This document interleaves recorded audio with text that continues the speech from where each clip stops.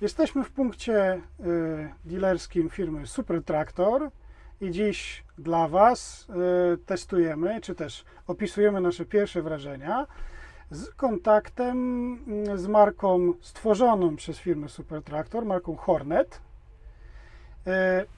Dzisiaj siedzę w ładowarce HMA 816. Jest to przedostatnia maszyna z oferty ładowarkowej Horneta. Maszyna o masie operacyjnej poniżej 6 ton.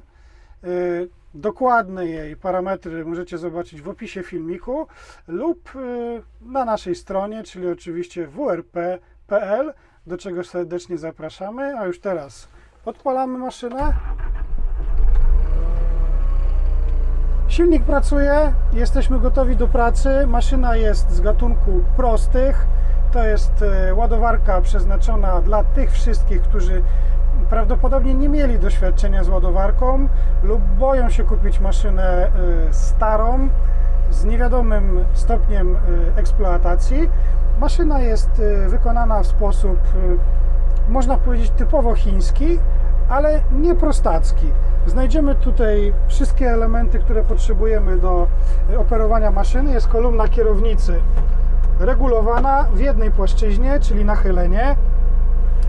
Co ciekawe, mamy elektroniczny zegar, wyświetlacz z ekranem LCD. Sam ekran przypomina nieco zegary, jakie możemy znaleźć w samochodzie Renault Clio czwartej generacji. Dzisiaj wiadomo, że Chińczycy lubią się inspirować nie tylko wspomnianymi Japończykami, ale także produktami, które znajdą w innych gałęziach gospodarki.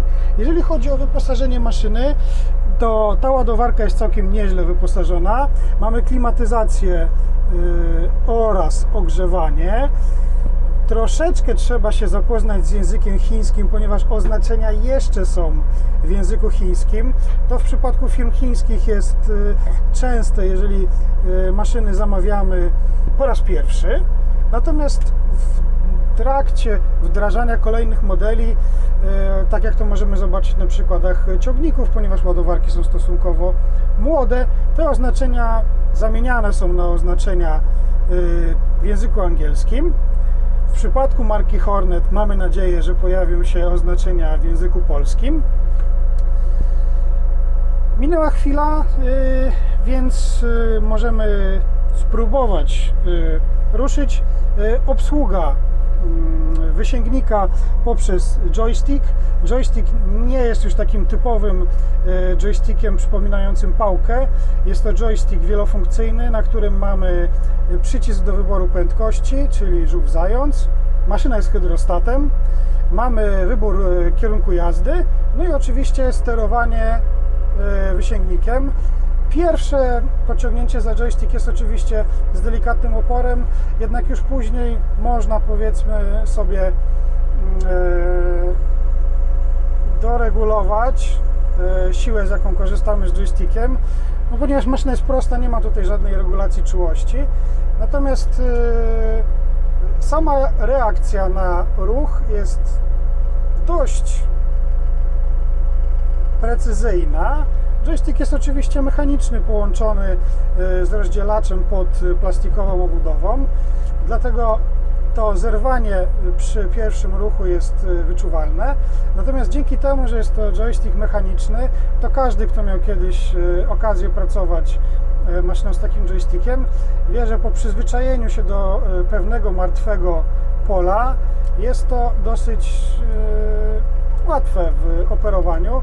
Oczywiście ci, którzy pracują lub mieli okazję pracować z joystickiem hydraulicznym, no to mogą być delikatnie zawiedzeni, jednak pamiętajmy, że jest to maszyna budżetowa. Cena netto takiej ładowarki w kompletacji takiej, jakiej zobaczycie na tym filmiku, to około 94 000.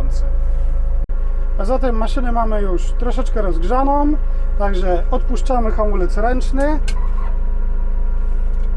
Należy o tym pamiętać, ponieważ na ekranie nie ma ikonki, która by o tym przypominała. Wybieramy jazdę do przodu i maszyna bez dodawania gazu sama zaczyna jechać. przyspieszamy około 1500 obrotów, gaz jest leciutko wciśnięty, przyspieszamy 2000 obrotów i zmiana prędkości na zająca. Zmiana oczywiście z wciśniętym gazem powoduje, że maszyna troszeczkę nam wyrywa do przodu, jednak nie ma żadnego szarpnięcia i płynnie sobie jedziemy. Maszyna jest wyposażona dodatkowo w kamerę z dedykowanym ekranem do podglądu tego, co się dzieje z tyłu.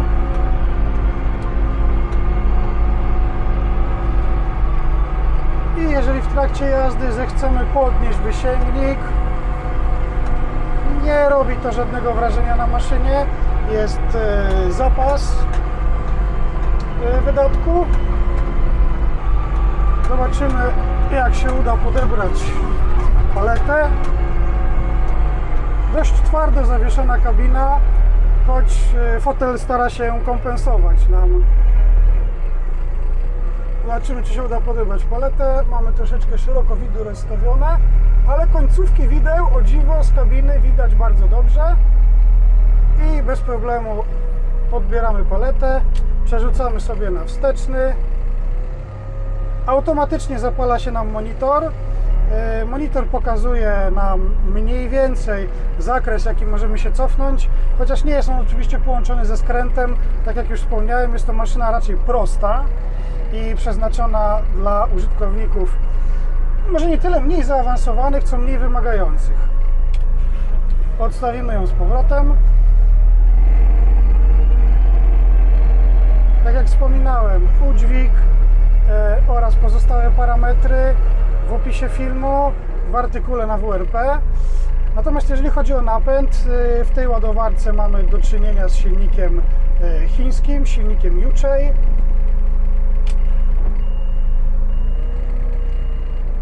Silniki Yuchai są dość podobne do konstrukcji europejskich, ponieważ firma kiedyś produkowała silniki na licencji, stąd nauczyli się robić silniki.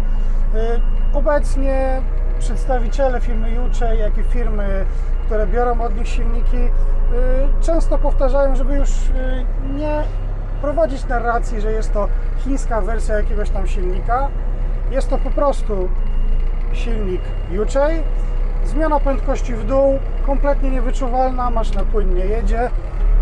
Zmiana kierunku tył-przód raczej powinna się odbywać po zahamowaniu. Na ekranie oprócz aktualnych obrotów widzimy również co widzimy? Widzimy bieg, jaki mamy wybrany. Widzimy temperaturę cieczy chłodzącej, ładowanie akumulatora, ciśnienie w układzie pneumatycznym i kilka kontrolek związanych z pracą maszyny. Wracamy na miejsce postojowe.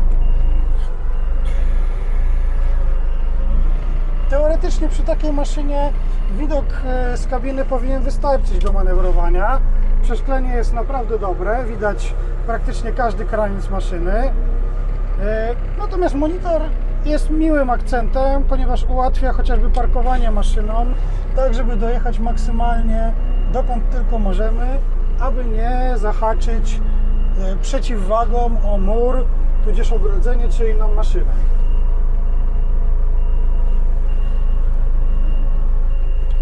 Stop, jazda w pozycji neutralnej. Jeżeli chodzi o sterowanie joystickiem, to tak jak już wspominałem, po przyzwyczajeniu się do jego charakterystyki, bardzo precyzyjnie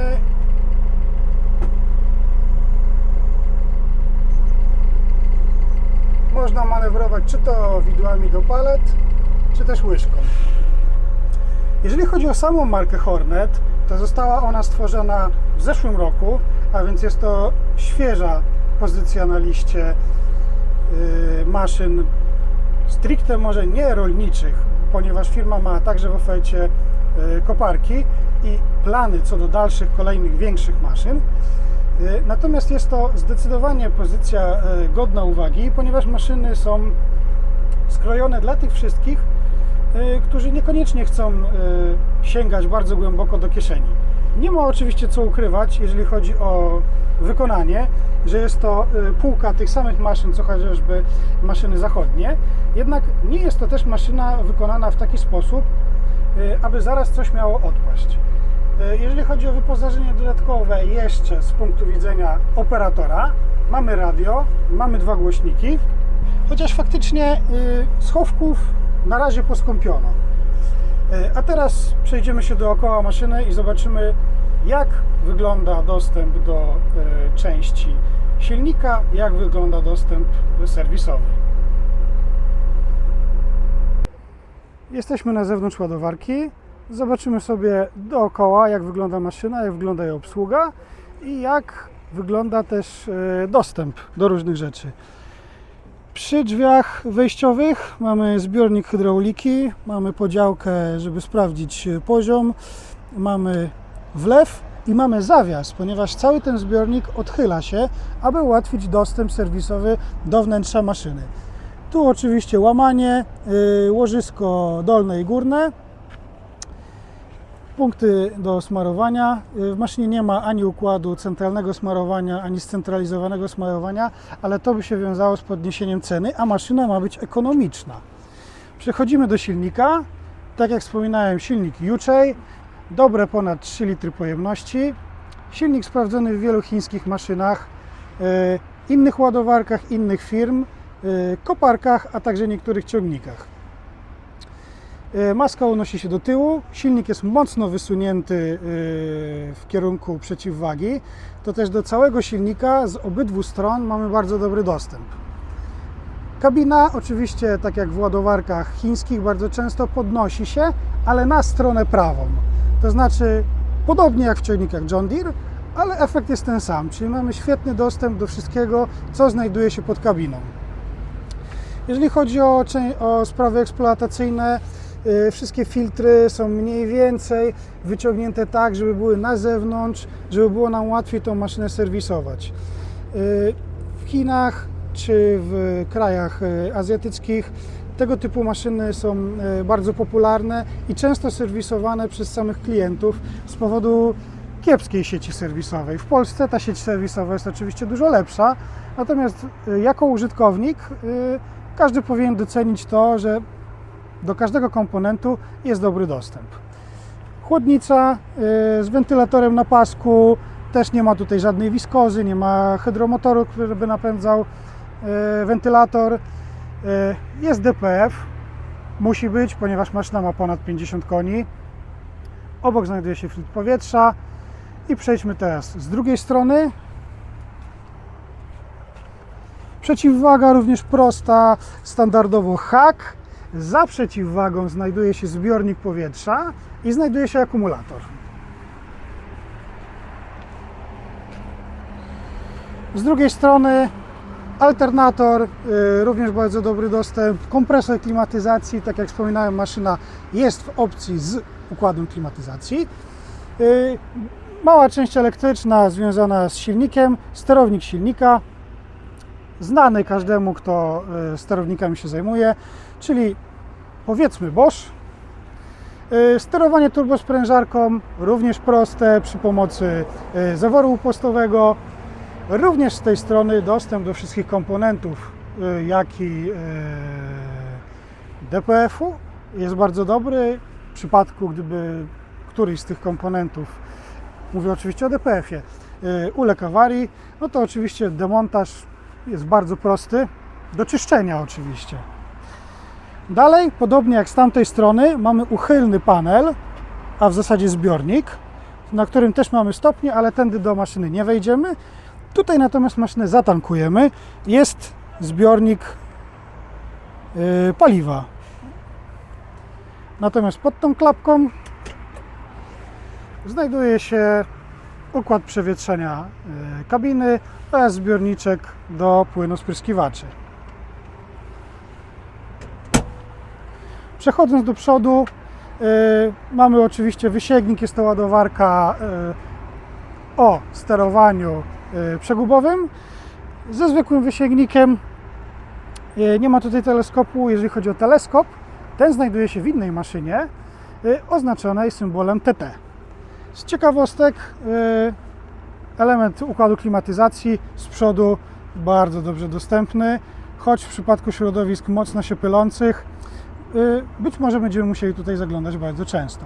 Jeżeli chodzi o przewody poprowadzone częściowo w ramie z grodziówkami, przewody w dodatkowym oplocie, który nieco polepsza ich właściwości, jeżeli chodzi o starzenie się na słońcu, a te przewody na słońcu są praktycznie cały czas. Dalej mamy dodatkowe wyjście hydrauliki do napędu jakiegoś osprzętu typu chwytak do bel. No i mocowanie hydrauliczne. Możemy sobie zapiąć osprzęt nie wychodząc z kabiny. W tym przypadku jest założony